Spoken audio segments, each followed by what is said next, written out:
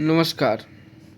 ये है चिंतन क्लासेज। मैं अजय बनारसी उत्तर प्रदेश उच्चतर शिक्षा सेवा आयोग द्वारा आयोजित असिस्टेंट प्रोफेसर भर्ती परीक्षा 2022 के लिए सामान्य अध्ययन जीएस के कुल 30 प्रश्नों को परीक्षा पैटर्न के अनुरूप हम लोग सॉल्व करेंगे। असिस्टेंट भर्ती परीक्षा में मुख्य विषय के अलावा सामान्य अध्ययन की भूमिका अत्यंत ही महत्वपूर्ण है, इसलिए इस खंड को तैयार करना बहुत ही ज़रूरी है। ये प्रश्न पत्र असिस्टेंट प्रोफेसर के साथ साथ यूजीसी नेट फर्स्ट पेपर तथा एलटी जीआईसी एवं जहाँ कहीं भी जीएस संबंधित प्रश्न पूछे जाते हैं सभी के लिए महत्वपूर्ण हैं। तो आइए आज के प्रैक्टिस सेट नंबर आज का 9 होगा। इस 9वें प्रैक्टिस सेट नंबर को हम लोग देखते हैं। इसके पहले यूपीएचएससी के परीक्षा पैटर्न के अनुसार 8 प्रैक्टिस सेट हम लोग हल कर चुके हैं और वह सारे वीडियो आपको चिंतन क्लासेज में मिल जाएंगे। आप लोग सारे वीडियो को देखिए। यह सारे प्रश्न बहुत ही महत्वपूर्ण हैं। आइए आज हम लोग प्रारंभ करते हैं प्रैक्टिस सेट नंबर 9 का प्रश्न संख्या 1। इसमें कुल 30 प्रश्न होंगे और 4 इसमें ऑप्शन हैं। इसमें से जो सही ऑप्शन है उसी का आंसर मैं यहाँ पे बताऊँगा। प्रश्न संख्या 1 है, नेटवर्किंग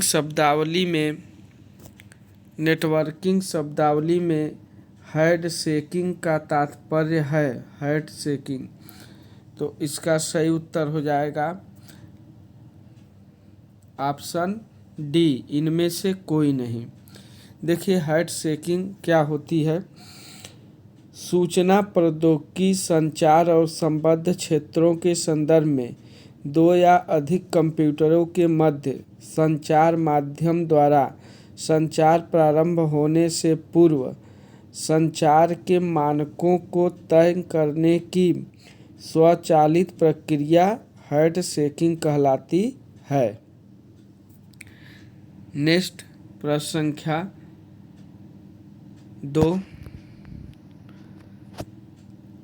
इस चैनल को आप लोग सब्सक्राइब कर लीजिए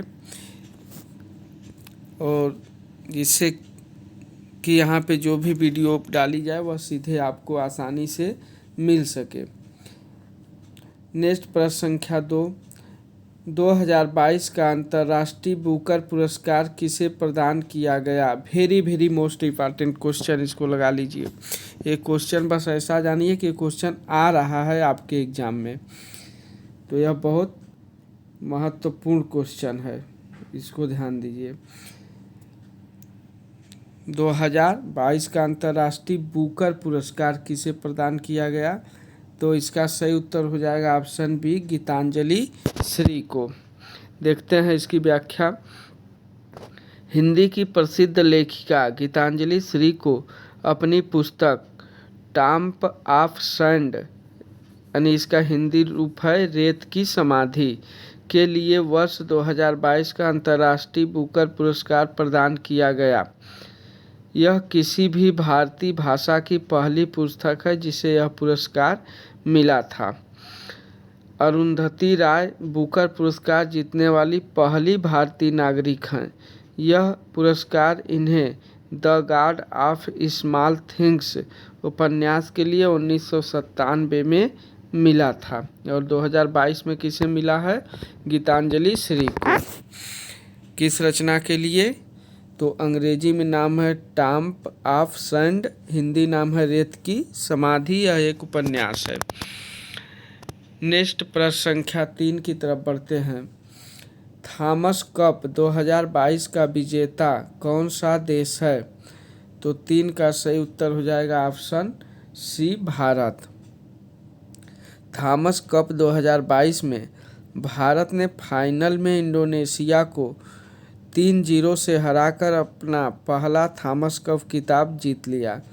थॉमस कप एक अंतर्राष्ट्रीय बैडमिंटन प्रतियोगिता है। इसकी शुरुआत 1948 ईस्वी में हुई थी। किसकी? थॉमस कप की। नेक्स्ट प्रश्न संख्या 4, निम्नलिखित में से कौन एक विश्व का विशालतम पारिस्थितिकी तंत्र है? तो 4 का सही उत्तर हो जाएगा ऑप्शन ए, समुद्र। नेक्स्ट प्रश्न संख्या 5 देखते हैं। ओजोन परत मुख्यतः जहां अवस्थित रहती है वह है? तो 5 का सही उत्तर हो जाएगा option B, stratosphere. Option B सही हो जाएगा। नेक्स्ट प्रश्न संख्या 6 देखते हैं। इसमें कथन और कारण दिया है, थोड़ा छोटा करते हैं, फिर भी नहीं आएगा। और ये, हाँ अब आया। ये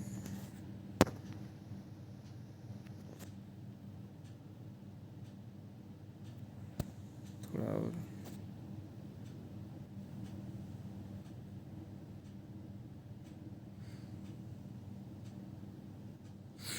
देखते हैं। कथन कह रहा है प्रश्न संख्या 6, कोयला आधारित तापीय बिजली घर अम्ल वर्षा में अंशदायी होते हैं। कारण कह रहा है कोयले के जलने पर कार्बन की ऑक्साइडें उत्सर्जित होती हैं। तो इसका सही उत्तर हो जाएगा ऑप्शन बी। ए और आर दोनों सही है, किंतु आर ए का सही स्पष्टीकरण नहीं है। ऑप्शन बी सही हो जाएगा। नेक्स्ट प्रश्न संख्या 7 देखते हैं। 7 प्रश्न बोल रहा है कि world wild life fund WWF का प्रतीक कौन जानवर है?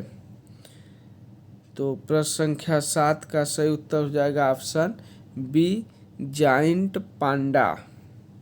जाइंट पांडा, ऑप्शन बी सही है।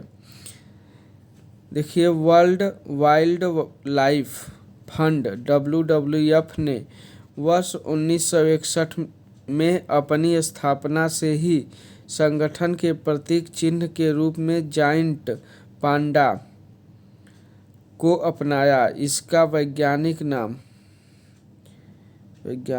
इसका क्या है भाई? इसका वैज्ञानिक नाम है एलुरोपोंडा मेलानोल्यूका है। एलुरोपोंडा मेलानोलूका है।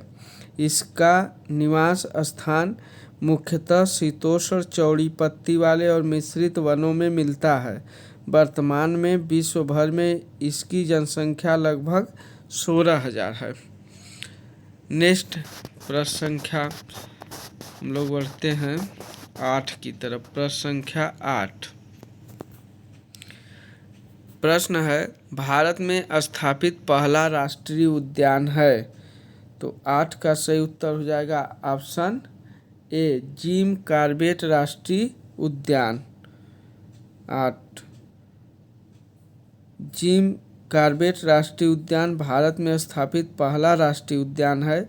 इसकी स्थापना वर्ष 1976 में हैली नेशनल पार्क के रूप में हुई थी। यह उत्तराखंड के नैनीताल जिले में स्थित है। यहाँ पर वर्ष 1973 में सर्वप्रथम प्रोजेक्ट टाइगर की शुरुआत की गई थी। नेक्स्ट प्रश्न संख्या 9, नैनार कौन थे?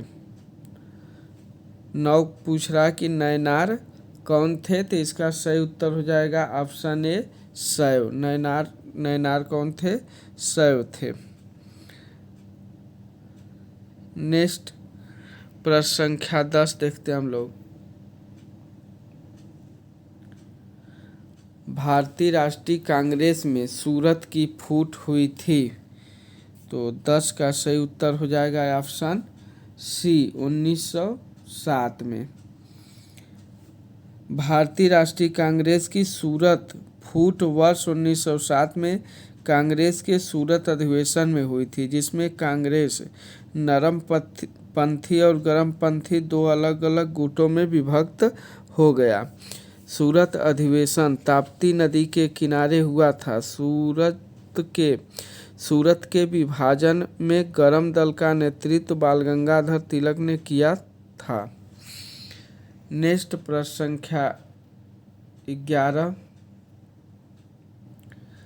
भारतीय राष्ट्रीय कांग्रेस के निम्नलिखित अधिवेशनों में से किस एक की अध्यक्षता जवाहरलाल नेहरू ने सर्वप्रथम की थी? तो 11 का सही उत्तर हो जाएगा ऑप्शन ए।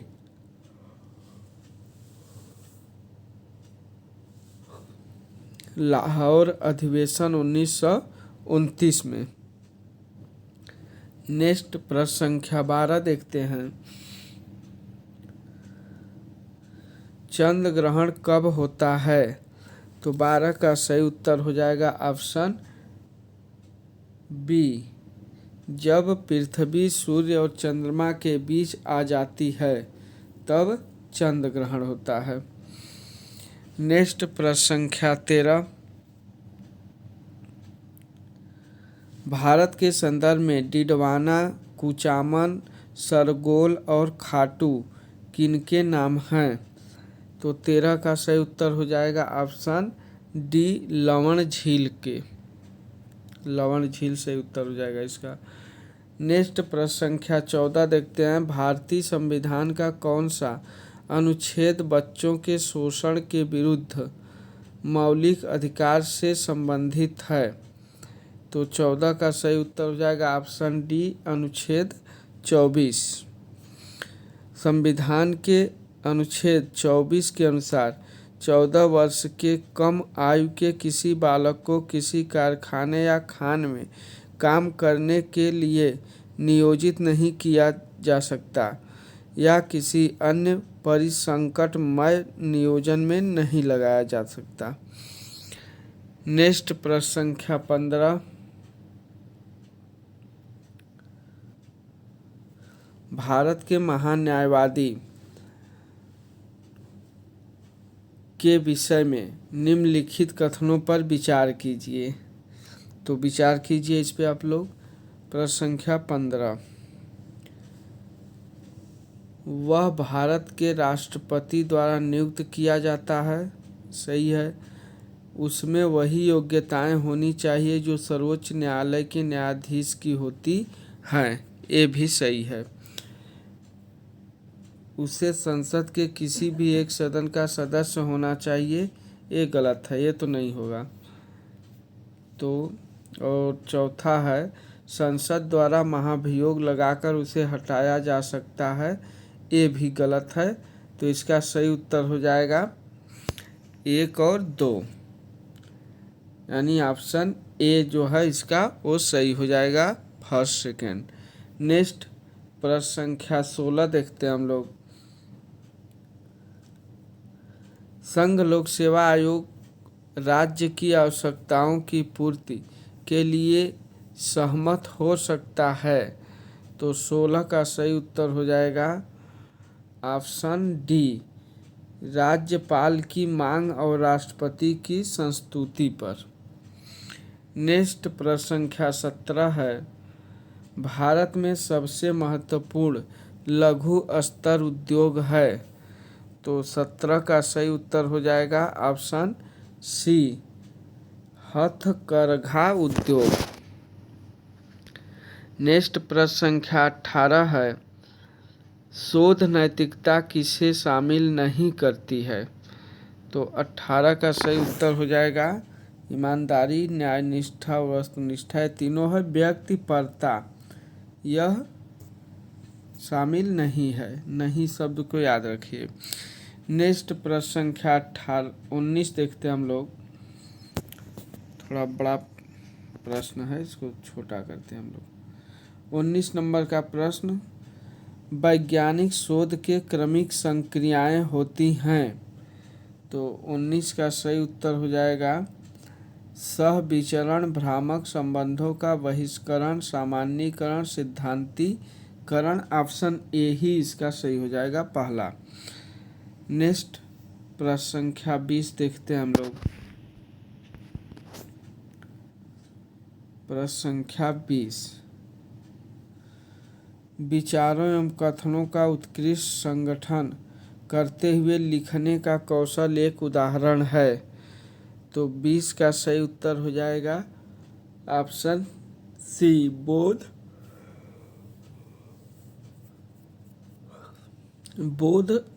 समझ का। नेक्स्ट प्रश्न संख्या 21, डॉक्टर के द्वारा प्रयुक्त शब्द CAT स्कैन का अर्थ है। तो 21 का सही उत्तर हो जाएगा option B, computerized axial tomography. B उत्तर इसका सही हो जाएगा 21 नंबर का। नेक्स्ट प्रश्न देखते हैं हम लोग। प्रश्न संख्या 22, निम्नांकित में से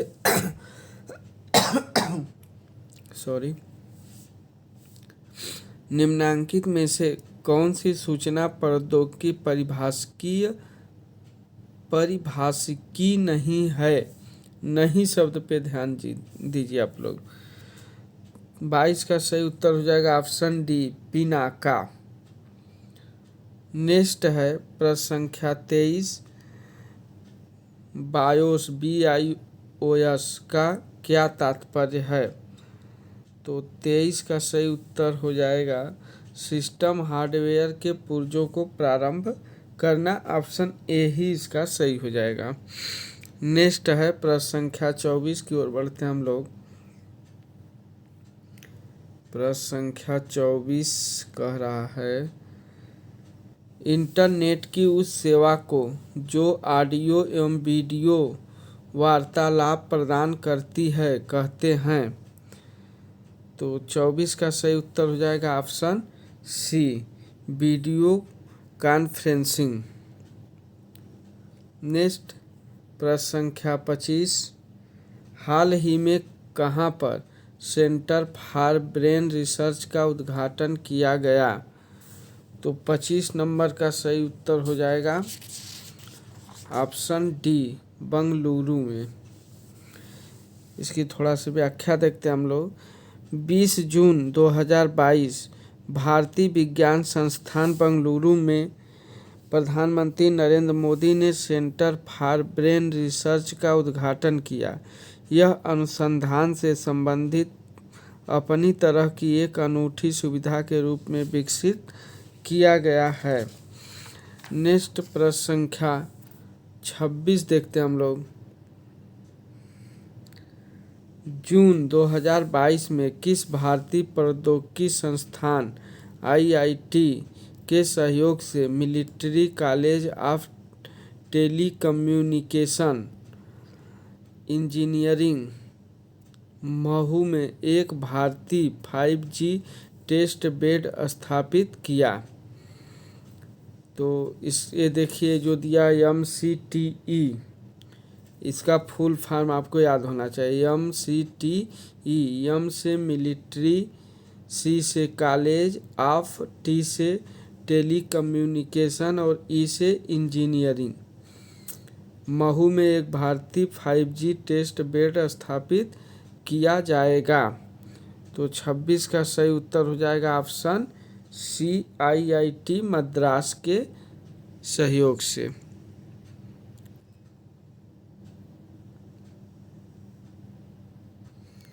नेक्स्ट प्रश्न संख्या 27, पंडित बिरजू महाराज जिनकी हाल ही में मृत्यु हुई, निम्न में से कथक के किस घराने से संबंधित रहे हैं। ये सब करंट के प्रश्न हैं लेकिन बहुत महत्वपूर्ण प्रश्न हैं। तो 27 का सही उत्तर हो जाएगा ऑप्शन ए, लखनऊ घराना। कौन है? बिरजू महाराज का संबंध लखनऊ घराना से है और ये कथक के लिए जाने जाते हैं। नेक्स्ट प्रश्न संख्या 28,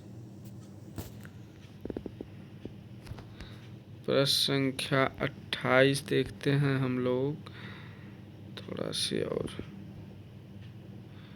हाँ।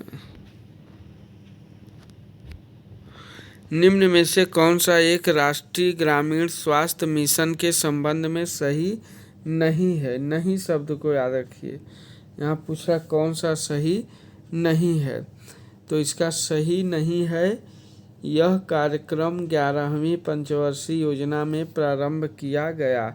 ऑप्शन ए यह गड़बड़ है, यह सही नहीं है। प्रश्न संख्या 28 राष्ट्रीय ग्रामीण स्वास्थ्य मिशन वर्ष 2005 में प्रारंभ किया गया था। उस समय 10वीं पंचवर्षीय योजना 2002 से 7 चल रही थी। नेक्स्ट है प्रश्न संख्या 29 देखते हैं हम लोग। प्रश्न संख्या 29 जो शोध तत्कालिक अनुप्रयुक्त का लक्ष्य करता है वह कहलाता है।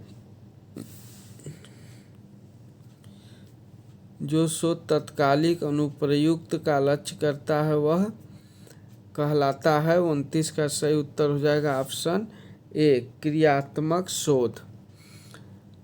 आज के इस प्रैक्टिस सेट का अंतिम प्रश्न कि कार्योत्तर शोध एक्स पोस्ट फैक्टर रिसर्च का अर्थ है। 30 का सही उत्तर हो जाएगा ऑप्शन ए घटना के बाद शोध किया जाता है। घटना के बाद शोध किया जाता है, ऑप्शन ए सही हो जाएगा। तो आज के इस प्रैक्टिस सेट नंबर 9 में हम लोगों ने कुल 30 प्रश्नों को हल किया। इसके पहले हम लोग 8 प्रश्नों को यूपीएससी परीक्षा पैटर्न के अनुसार 8 प्रैक्टिस सेट हल कर चुके हैं, तो उसको आप लोग अवश्य देखें। बाकी आज के इस प्रैक्टिस सेट के लिए बस इतना ही। ज़्यादा से ज़्यादा चिंतन क्लास को आप लोग लाइक करें, सब्सक्राइब करें। ओके, धन्यवाद, थैंक यू।